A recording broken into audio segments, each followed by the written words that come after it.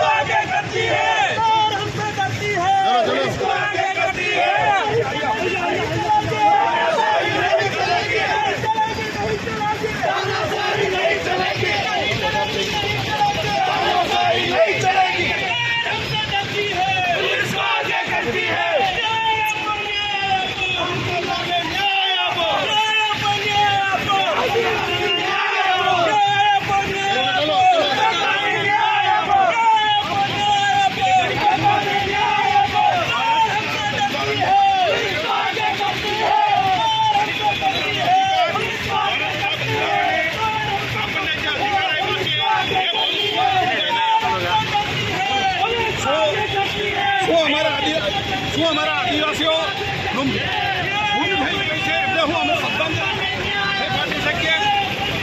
અમારે શ્રદ્ધાંજલિ પાઠવવાનો બી અધિકાર નથી.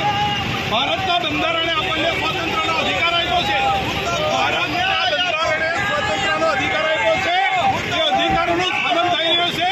બે દિવસ બાદ તારીખ 15 આઝાદીની લડત આઝાદીની ઉજવણી થઈ રહી છે. રોજ સમયે આઝાદી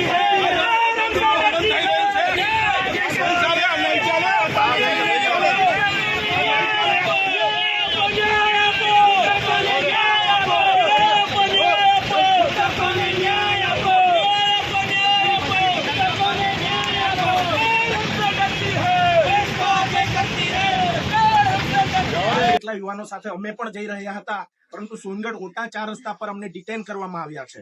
મને એવું લાગી રહ્યું છે કે સરકાર પોલીસને આગળ કરીને લોકો પર જે અત્યાચારો થઈ રહ્યા છે, અત્યાચારોને ડામવા માટે આવી રીતે પોલીસનો ઉપયોગ કરે છે એવું મને લાગી રહ્યું છે. આ સમયે આદિવાસી સમાજને તમે શું સંદેશો આપવા માંગો છો? આદિવાસી સમાજને જ કહેવા માંગીએ છીએ કે આપણે હવે ધીમે ધીમે એક સાથે બધી લડાઈઓ લડી રહ્યા છે, તો કાયમ એક સાથે રહીએ ને આદિવાસી સમાજ સિવાયના સમાજના લોકોને પણ કહેવા માંગીએ છીએ કે આવી રીતે કોઈ પણ સમાજના યુવાનોને ઢોર માર મારીને મૃત્યુનો ઘાટ ઉતારવું જોઈએ નથી ન જોઈએ.